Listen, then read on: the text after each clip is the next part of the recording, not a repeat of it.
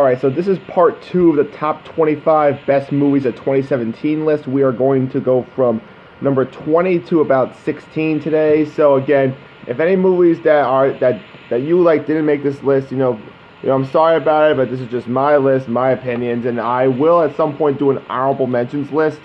Probably a little bit later this week. So without further ado, let's get started at number 20, which is John Wick Chapter 2. Now, with John Wick Chapter 2, I didn't expect this movie to be nearly as good as the first one. Not by a long shot. I mean, with sequels, especially to action movies, they're usually notoriously, mediocre at best. But damn, is this film excellent. Keanu Reeves owns it as John Wick. The action is fast-paced. The storyline, is pretty good for the most part. And the comedy, surprisingly, at some points is pretty decent. Now, this movie came out in February, and I usually don't rewatch movies, so my memory's a little fuzzy on this movie, but from what I remember on it, it's still an excellent action film and one of the better sequels of the year. And if you'll notice later, as we go later on this list, 2017 has had a lot of good sequels, at least in my opinion. Speaking of sequels, the next movie on this list at number 19 is Guardians of the Galaxy Volume 2. Now, this is a film that I expected to be good. Now, James Gunn, who directed both this film and the previous Guardians of the Galaxy flick, really knows how to do the superhero genre. He's probably one of the better directors that Marvel has to offer, and the cast of this film just really nails it on this chemistry. Kurt Russell, who appears in this film, does a fantastic job. One of the better supporting roles of the year. And I really do have to say that this film really kept the Guardians of the Galaxy franchise fresh, and if they ever do a third Guardians of the Galaxy film, I bet it's going to be just as good, if not better, than these previous two films. So, yeah, go check it out if you haven't seen it already. Alright, at number 18, it is Spider-Man Homecoming. Now, I know some people in the Marvel Cinematic Universe fan base did complain that this is one of the worst Spider-Man films, saying that the storyline was generic and that, Tom Holland as Spider-Man, is bland and is not Tobey Maguire. I would honestly disagree. I think this is one of the better Spider-Man films since Tobey Maguire, since, it really brings some new life into the series.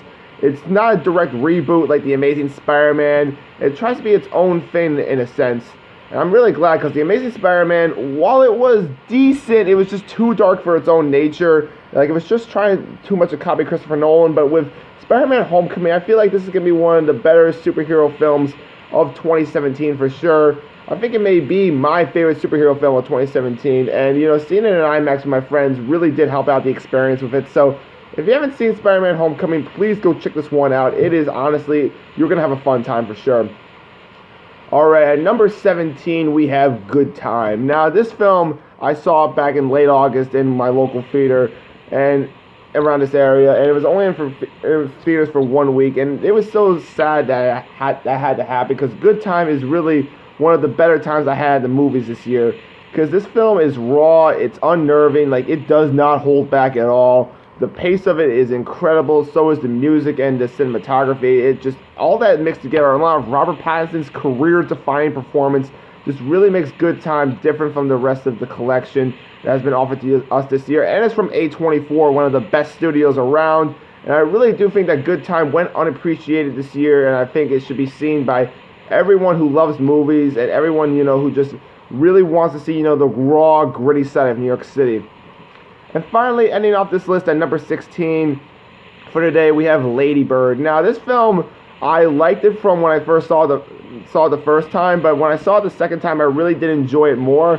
And the reason why I did enjoy it more is because of how relatable Lady Bird really is, to be honest. Greta Gerwig is somehow able to take a story about, this young woman who's experiencing her senior year difficulties and make it something that almost anyone, no matter what your gender or what your age is, can feel connected to the story in a sense. I really do think with Lady Bird, at some point everyone has experienced these kind of moments in their life, whether it be fighting with their parents or trying to find a date for prom or being in a school play. Everyone can relate to something in Lady Bird, and I think that's absolutely magical. It deserves all the love and all the awards it's getting right now. Hopefully it does well at the Golden Globes. Well, that is my list for today. Stay tuned for part 3 coming out tomorrow. And let me know what you think about the list below. Have you seen any of the movies? Let me know in the comments down below. See ya.